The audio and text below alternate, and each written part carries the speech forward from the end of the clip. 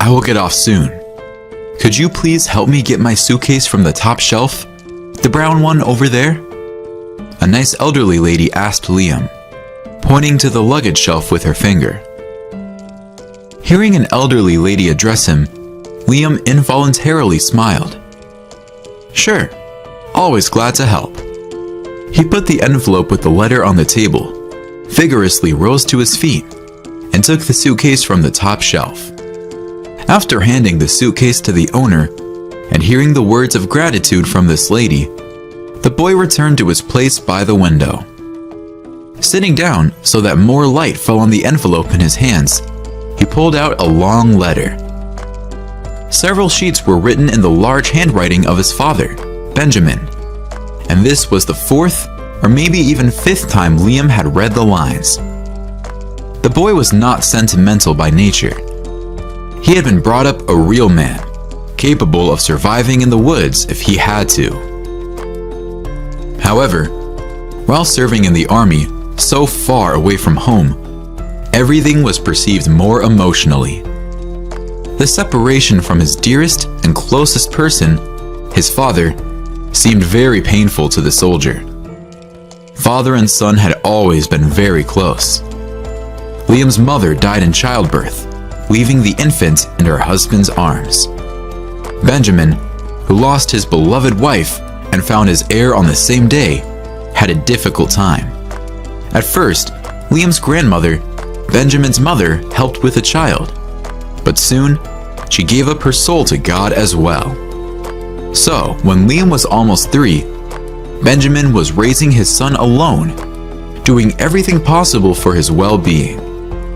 He was a good father, attentive, caring, moderately strict, and sincerely loving his son. No wonder they became so close. Now, Liam ran his eyes over the lines he had learned by heart. His father wrote about everything: neighbors, his job, news from their village. Liam, when you get back home from the army, you'll help me around the house, wrote Benjamin, who obviously missed his son. Our steam bath needs fixing. The roof is all screwed up. We'll go fishing with you at the river. Last summer, I caught so many buckets of fish that there was enough for everyone in the village. Not only did the man make plans, but he also shared more intriguing information. You know, Liam, I have more news for you. I met a woman, Charlotte. She's so caring. I'm too old to go out on dates, so I asked her to move into our house. She said yes. I hope you two will get along. Liam's lips stretched into a smile again. His father's handwriting was changing at this point, as if he was worried about how his son would take such news. But he was worried in vain. Liam was sincerely happy for his father. His father had been lonely all his life, devoting his entire life to raising a child. And at first, he couldn't forget his mother, Hannah. And then, the relationships just didn't work out. Liam thought it was about time for his father to start a relationship, because they had a big house and a solid farm, and the whole village envied them. A woman's touch could certainly brighten up their home and bring a special coziness to it. Let Charlotte make him delicious breakfast and give him love and affection. Moreover, Liam himself was not going to spend his entire life with his father. He planned to move to the big city. It was wonderful that now he had someone to leave his father's well-being to. And he had no doubt that he would like Charlotte. Dad wouldn't date a scoundrel. I am proud of you, and I miss you, son. Your daddy. Those were the warm words that ended the long letter. Liam sighed and looked out the train window. It seemed to him as if the sky had become even more blue and clear. The leaves on the trees were so lush and bright. This was his homeland, the place where he was born and grew up. The home village where the air was sweeter. All the way to his house, Liam walked, picking up dust on his army boots. He wanted to taste this walk back to his home, his homecoming. A smile never left the boy's face. A handsome brunette in a beautiful parade uniform often caught the eyes of passers-by. Such attention only put him in a good mood and made him straighten his shoulders. They say that joy and sorrow walk side by side and sometimes hold hands. So, the happy boy unexpectedly had to experience grief.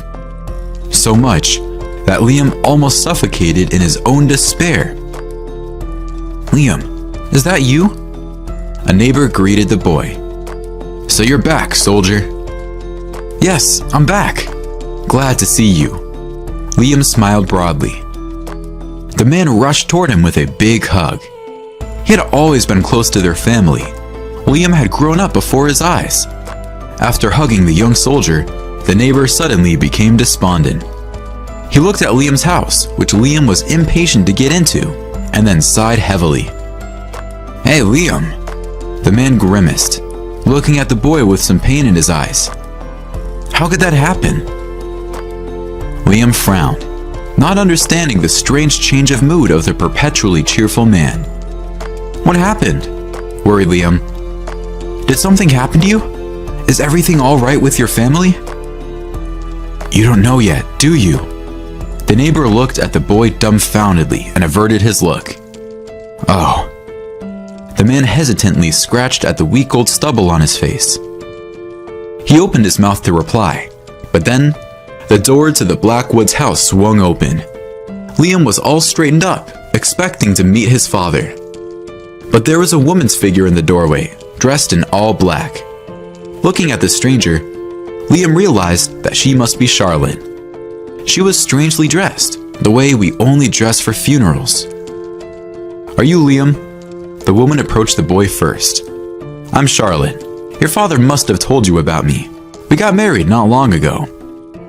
Liam nodded, but he didn't know about the wedding. "Yeah, it's nice to meet you. But where's my dad?" Liam took a step toward the house, but Charlotte stopped him by grabbing his sleeve. The boy looked at the woman incomprehensively. Her lips quivered and her eyes filled with tears. "Liam, Benjamin's been waiting for you, waiting so long, but he didn't make it. We buried your father," the woman said in a sorrowful tone, sobbing. "There was a funeral yesterday." The woman let go of Liam, wiping away her tears. Liam looked at Charlotte with a frown.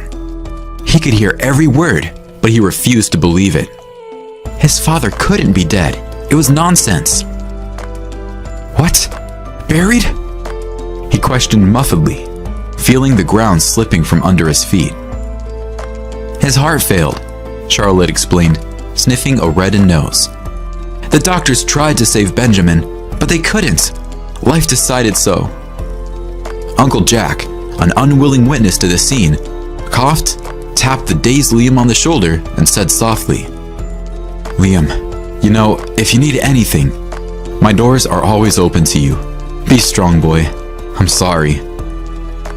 Liam wanted to say something, or at least nod, but he couldn't. He stood staring into the distance, and everything that was going on still didn't make sense in his head. His dad was a perfectly healthy, strong man who loved fishing and hunting. Yeah, he could drink some alcohol, but very rarely. His heart failed? No, it couldn't be. Liam, not listening to Charlotte's lamentations behind him, rushed into the house. He rushed through the rooms, hoping to find his father. After all, this has to be a stupid prank, right? He couldn't leave him. He'd promised they'd go fishing, repair the steam bath together. Dad said he had already picked out some new fishing rods. They didn't have time to do so many things yet. He couldn't. He couldn't leave like that. No matter what room Liam went into, his father wasn't there. At the end of his search, Liam returned to the kitchen and sat down in a chair. He stared at his father's empty seat with a thoughtless stare. "Would you like me to take you to the cemetery?" suggested Charlotte, suddenly appearing beside him. "He was buried next to your mother." Liam's whole body shuddered in shock. When did she come in? "No, I'll go myself," Liam muttered hoarsely. The woman nodded, then fussed and offered the boy something to eat, except that Liam could neither eat nor drink. "Thanks, but I'm not hungry. I'll go." he said, rising abruptly from his seat. Liam was so immersed in his own sadness that he couldn't even formulate a thought. Charlotte seemed to say something after him, but he didn't hear her. Still in his army uniform, Liam walked toward the cemetery. He heard enough horror stories about that place when he was a schoolboy. Witches were buried there, and corpses pulled their hands out of their graves. The children terrified each other so much with such stories that they couldn't take a step toward the cemetery at dusk. Now here he was, going there to check on his parents. On his way, he went to the local store to get a bottle of alcohol to drown his sorrow somehow. There, he decided to get 2 bottles and some snacks. When he came to his mother's grave, he saw that the plot next to it was no longer empty. There was a fresh grave with a Christian cross, and beneath it a framed photo. From the photo, his father looks and smiles so friendly, so warmly, as if he were happy to finally see his son. At that moment, Liam let the tears flow. He fell to his knees, right on the ground next to the grave. His forehead rested on the cross. "What have you done, Dad? Gone, not even saying goodbye," mumbled Liam, trying to wipe the hot tears from his face. After calming down a bit, he sat down next to his father and placed a shot glass in front of him. He filled a shot glass for his father and then took a sip from the bottle. "Oh, Dad." He shook his head as his throat tightened with pain. "I thought we were going to have a glass of whiskey together tonight. But I couldn't imagine in my wildest nightmares that it would be like this." Liam sat at the grave for a long time, talking to his father.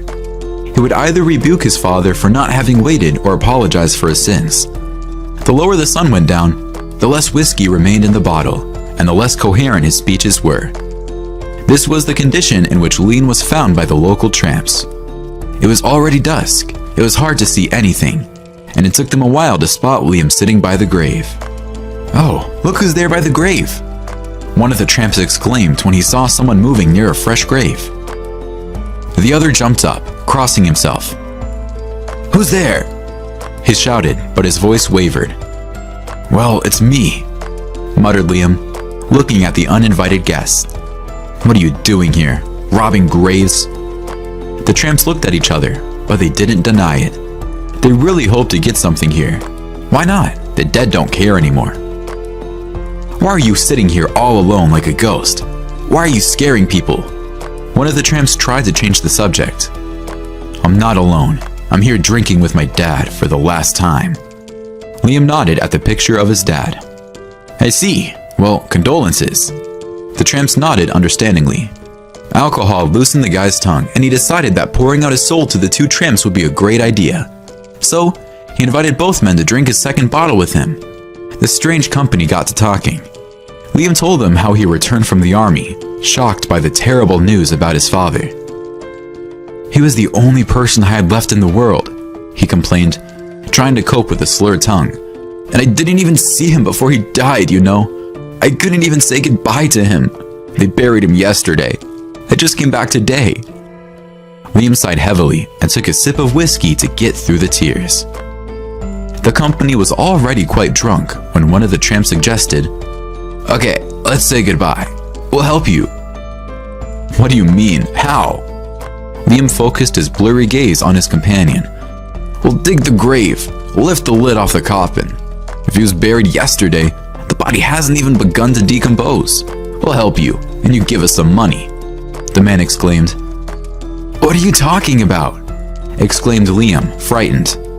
"What do you mean, digging up a grave? Are you out of your mind?" "Oh, don't yell. Think about it. What difference does it make?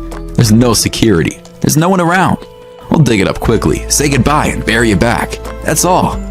Shovels are easy to get here, and it's a good deed. Your father would want you to say goodbye to him, wouldn't he?" said the tramp.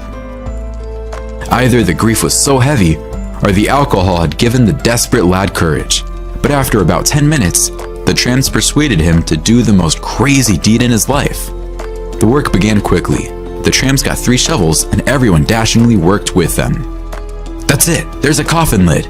Let's use our hands," shouted the tramp as he reached the solid surface. Liam cleared the back wet earth, looking at the brown coffin lid. A golden cross gleamed in the light of the moon. He didn't know if he was doing the right thing, but there was no turning back now. It was as if a sixth sense poked him in the back and told him to look at his dead father with his own eyes. Only then he would be able to let him go. "Here, a little more," one of the tramps wheezed as they moved the lid from its place. "Done." Panting, the tramp stepped aside, giving the boy more space. But as soon as the guy leaned over the corpse, he cried out in horror. "That's not my father!" The boy stared in shock at a complete stranger's face and recoiled from the coffin. In that second, Liam experienced many emotions: surprise, shock, anger, incomprehension, joy, and hope. He instantly sobered up. It wasn't his father in the coffin, which meant that there was a chance his father was alive. Suddenly, the tearful face of the inconsolable widow Charlotte appeared before his eyes. After all, she was the one who had buried her father. Witch. Together with his new acquaintances, the guy restored the grave to its former state. Generously rewarding the tramps, he asked them to keep quiet and went on his way. Liam returned to the house, but he did not show that he suspected Charlotte of something. He played the part of the grieving son and questioned his stepmother. "Charlotte, tell me about my father. After all, he spent his last days with you," he asked during dinner. "What do you want to know, Liam?" the woman asked kindly. "Well, everything. I'm interested in everything. How did you meet? How did you live together? Why did you get married without waiting for me?" Liam asked with sincere attention. The woman began to tell Liam about their big and sincere love. But the more she talked, the more the guy turned gloomy. Why did she tell him they used to go mushrooming in the woods and bake mushroom pies if his father didn't like mushrooms? And there were too many such contradictions. "And we didn't have a wedding party at all. We just registered the marriage at the registry office," the woman continued. "You know, it's not decent for a woman to live under the same roof with a man without getting married. What would people think? We thought, when you return, we'll throw a big party to celebrate your return and our wedding. And that's how it turned out." The woman let out another sob, turning back to the window. But Liam was sure she didn't mean to cry. "How did my father feel? Did he have a heart attack all of a sudden? A year ago, he was perfectly healthy, jogging more than I was." "Does it ever happen any other way, Liam?" The woman shrugged, beginning to feel uncomfortable with his questions. "It's always unexpected. God chooses who to take away. We are powerless here. Both young and old die." Thus, Liam lived with his stepmother for a week, noticing more and more that things were not right. Charlotte often left the house on various pretexts. One day, she went out to get bread, but came back empty-handed, too happy for a widow. So, Liam decided to follow her, and his efforts paid off that very evening. "Liam, I'm going to see my neighbor. I promised I'd help her bake a cake," the woman announced, primping herself in front of the mirror. Liam nodded, looking indifferent. As soon as Charlotte left the house, the boy followed her. Good thing the army taught him a lot. When she reached her neighbor's house, Charlotte didn't even slow, skipping briskly past it. Liam smirked, convinced of his hunch. The widow came to the house where the chief doctor of the local hospital, Michael Miller, lived. Looking around, the woman headed for the front door and knocked. The owner of the house opened the door and, smiling, happily let her in. Sneaking closer to the open window where the light was on, the boy began to listen. He got shocked when the distinct sounds of kissing reached his ears. "I've missed you so much." The woman finally pulled away from Michael. "I don't want to live apart anymore. Michael, I'm sick of being your secret mistress." "I don't want that either, Charlotte, but be patient a little longer," the man pleaded. "We're halfway there. We can't give it all up now. We just got rid of the old jackass." At that moment, Liam felt wild anger, but still managed to pull himself together. Without giving away his presence, he took his phone out of his pocket and with trembling hands, started recording. "That's easy for you to say so." The woman pursed her lips. "I'm the one who has to live with this strange son now. Cook for him, answer his questions." "Don't worry about it. As soon as he leaves, you and I will get married. You, as a respectable widow, will grieve for a while. And then, we will pretend that I helped you to cope with the grief. And so we got close. No one's going to think or say anything. Sometimes, I think Liam is suspecting something. The woman complained to her accomplice. He's always asking me about his father's health, about our life together. Never mind, he can't prove anything anyway. All the certificates are competently forged. I paid off the middleman, and they'll never find him in the madhouse, that's for sure. They're giving him so many drugs that he doesn't remember himself. The doctor reassured her. And if his son will try to do anything, we will get rid of him the same way. You already know how to put the medicine in food, so it's a simple matter. Liam gritted his teeth so hard, he almost turned them to powder. That's what they did, bastards! It turned out that Charlotte had been feeding Benjamin psychotropic drugs, and then they had placed him in a psychiatric hospital. They had faked Benjamin's death by putting the corpse of some homeless man in the coffin. The house and all the property now belonged to Charlotte, according to Benjamin's strange will, which Liam had never even seen. Obviously, all this paperwork was illegal, for his father was still alive. That night, Liam was at the police station. The head doctor and his mistress were arrested in the morning. His father was found in a psychiatric hospital. Liam, seeing the condition of his father, could not hold back tears. However, his weakness and muddy eyes from the medication did not matter. The main thing was that he was alive, and Liam would get him back to health.